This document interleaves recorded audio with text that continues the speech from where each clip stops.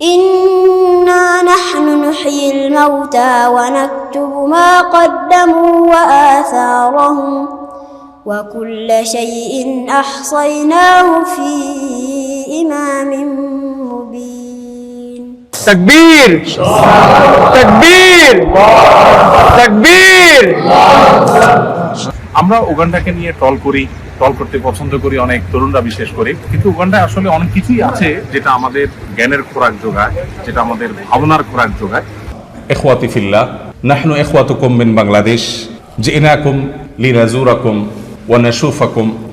আলহামদুলিল্লাহ, আল্লাহ তাআলার অশেষ মেহেরবানি, আমাদের সুদূর বাংলাদেশ থেকে হাজার হাজার কিলোমিটার দূরে বাংলাদেশি কমিউনিটি একটি ইসলামিক প্রোগ্রামের আয়োজন করেছেন। সেই প্রোগ্রামে সামিল হওয়ার জন্য আমি, আমাদের শেখ আব্দুল্লাহ সাইফুল্লাহ ভাই সহ আফ্রিকার উগান্ডায় আমরা এসেছি। উগান্ডার রাজধানী কাম্পালার খুব কাছাকাছি একটি মাদ্রাসা আমরা এসেছি। যে মাদ্রাসা এসেছি সেই মাদ্রাসার নাম হলো দারুল ইসলামিয়া মাদ্রাসা এবং হেফজখানা। কয়েকটি বাচ্চার তেলাওয়াত শুনে মুগ্ধ হয়েছে আলহামদুলিল্লাহ। আব্দুল বাসেত, মাশাআল্লাহ।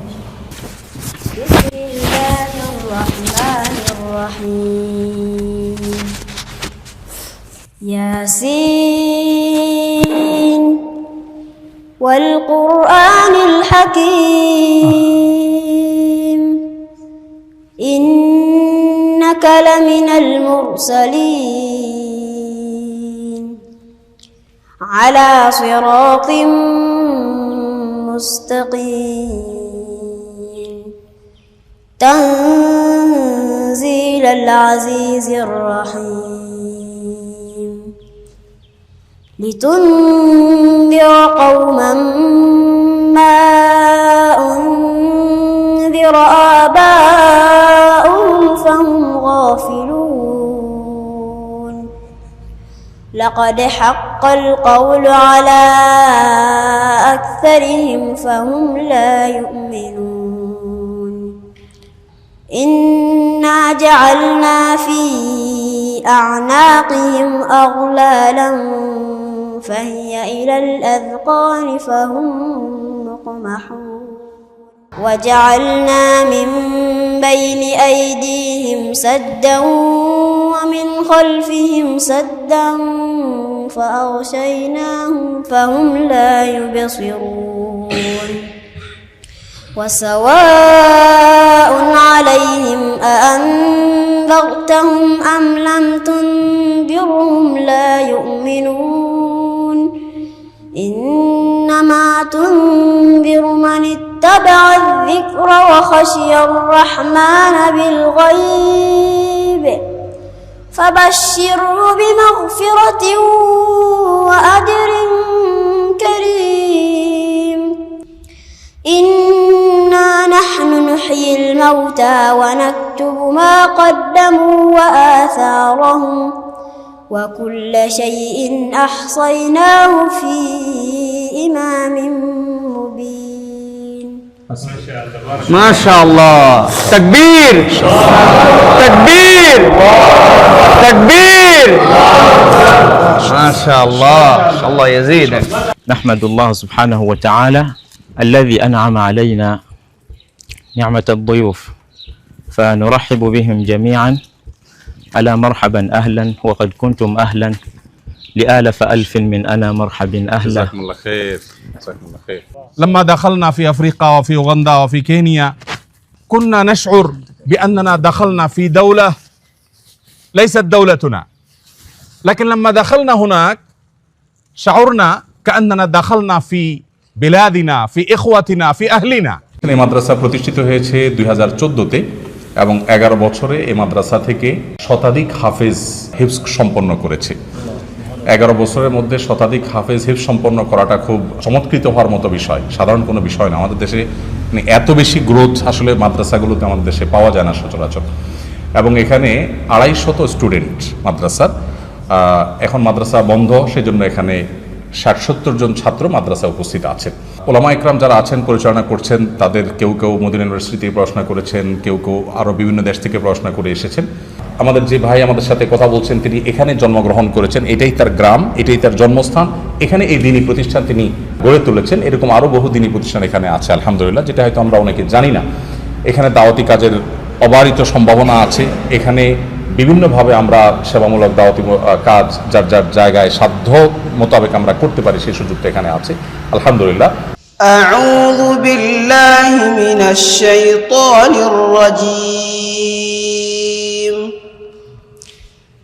بسم الله الرحمن الرحيم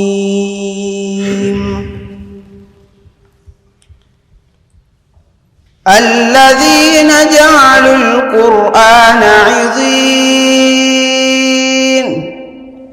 فوربك لنسألنهم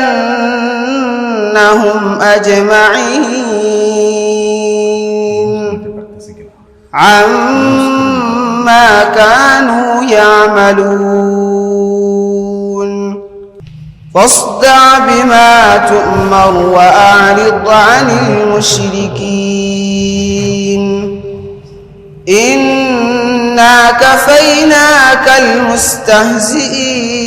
المستهزئين الذين يجعلون مع الله إلها آخر فسوف يعلمون ولقد نعلم أنك يضيق صدرك بما يقولون فسبح بحمد ربك وكن من الساجدين واعبد ربك حتى يأتيك اليقين.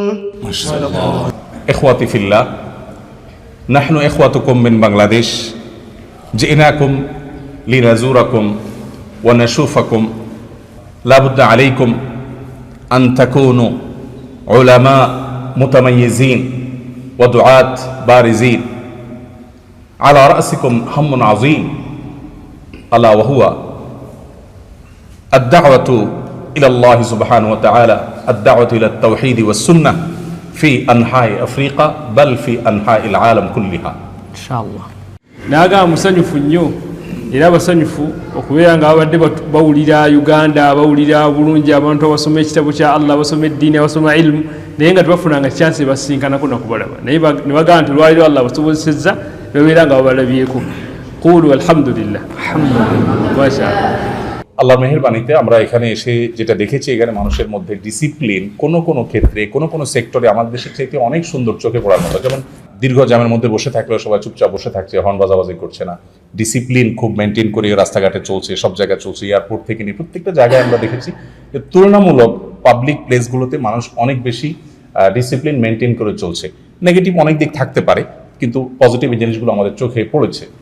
আমরা একটা জিনিস দেখেছি খুবই গুরুত্বপূর্ণ, আমাদের দেশে নির্বাচনী পোস্টারে বা রাজনৈতিক প্রচারণায় এমনকি ধর্মীয় প্রচারণায় ওয়াজ মাহফিলের পোস্টার ইত্যাদি দিয়ে যত্রতত্র আমরা ছেয়ে ফেলি।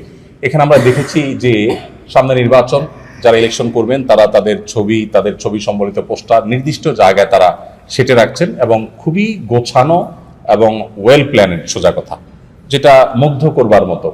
এবং আরো অনেক জিনিস আছে যে জিনিসগুলো আসলে চোখে পড়ার মতো এবং মুগ্ধ হওয়ার মতো। এখানে মুসলমান যারা আছেন তাদের সংখ্যা প্রায় 30%-এর বেশি মুসলমান এদেশের স্থানীয় আছেন।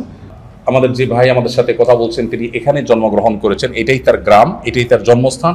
এখানে বিভিন্নভাবে আমরা সেবামূলক দাওয়াতি কাজ যার যার জায়গায় সাধ্য মোতাবেক আমরা করতে পারি সেই সুযোগটা এখানে আছে আলহামদুলিল্লাহ। তো বারবার করে তিনি আমরা যারা এসেছি আমাদেরকে ওয়েলকাম করছেন, ধন্যবাদ জানাচ্ছেন, শুকরিয়া জ্ঞাপন করছেন। এ হলো মোটামুটি তিনি যা বলেছেন তার সারসংক্ষেপ, পাশাপাশি আমি আরো কিছু কথা অ্যাড করে আপনাদের সামনে পেশ করলাম। জাযাকুমুল্লাহ খাইর, বারাকাল্লাহু ফিকুম।